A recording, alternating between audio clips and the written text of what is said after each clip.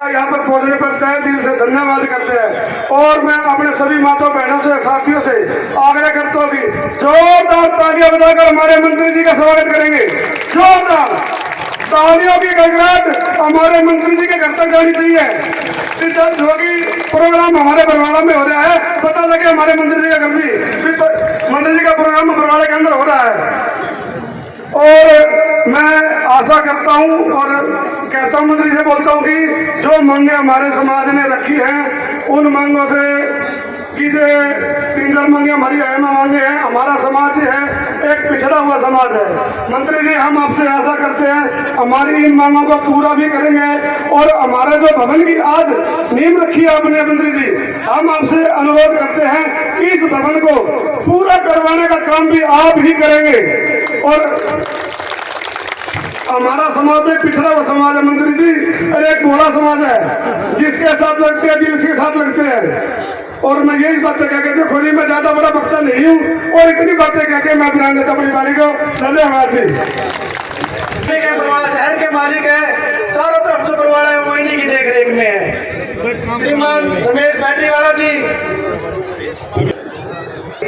और उनके साथ ही मैं कहता हूँ हमेशा ही कि राम लक्ष्मण की जोड़ी की तरह हमेशा ही साथ रहते हमारे बड़े भाई सतवीर वर्मा जी, और में जो पिछड़ा वर्ग के चेयरमैन भी रहे भाई मोनू संदोजा जी, जो मंडल अध्यक्ष हैं, संजय बाजर जी, सोमन नौथावत जी, ऋषिपाल पंगाल जी, ज्योति बंसल जी, सुरेंद्र नौथावत जी, सतवीर सैनी जी, पंकज बादल जी, जो इसी समय मनोनीत पार्षद भी हैं और पूर्व में चेयरमैन प्रतिनिधि भी रहे, श्रीमती पुष्पा मौर्य जी, कालूराम जी, धर्म सिंह लांगन जी, बहादुर सिंह नंथवा जी,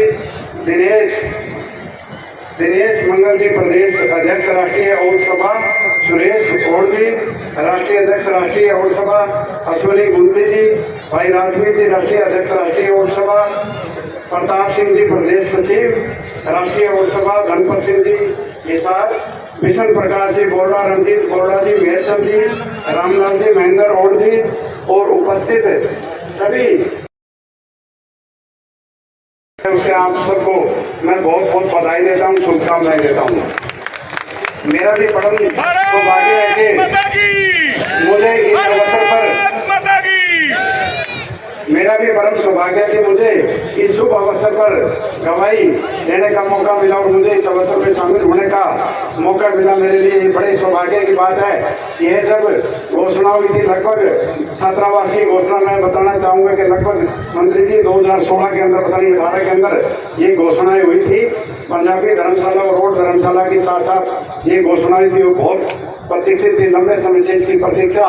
हमारा समाज ये कह सकते हैं कि देखो वैसे तो 36 बिरादरियां सारी की सारी हमारी हैं, सभी बराबर होती हैं, लेकिन जिस समाज के अंदर पैदा होता है, इंसान जन्म लेता है, तो उसके अधिकार थोड़े ज्यादा बढ़ जाते हैं। इसी प्रकार से मैं तो चेयरमैन की सीट पे जनता के आशीर्वाद से था, इसी प्रकार से तारा चंद जी भी वाइस चेयरमैन की जो कुर्सी संभाले हुए हैं, तो हम सबका, हमारी सबकी और बरवाड़ा शहर की जनता और समाज के लोग देर कर रहे थे।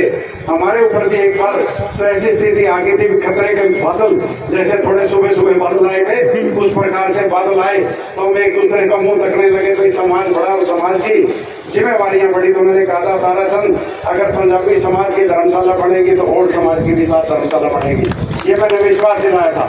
आज दोनों धर्मशालाओं के लिए 1 महीना पहले पंजाबी समाज के रोडवंश धर्मशाला का शिलान्यास किया माननीय मंत्री जी द्वारा, और आज साथ साथ और समाज का भी शिलान्यास हो रहा है। ये बड़े एक सौभाग्य की बात होती है कि इतना लंबा एक कार्यकाल देखिए, लगभग 2018 के पता नहीं 17 के अंदर ऐसी घोषणा हुई थी। इतना लंबा समय, इतनी प्रतीक्षा करनी पड़ी। अगर इस तरह काम कोई आसान होता तो ये मांग पहले ही पूरी हो जाती, लेकिन यह किसी कारणों से, अनेकों कारण होते हैं जो मतलब बीच में इतना लंबे अंतराल लगा।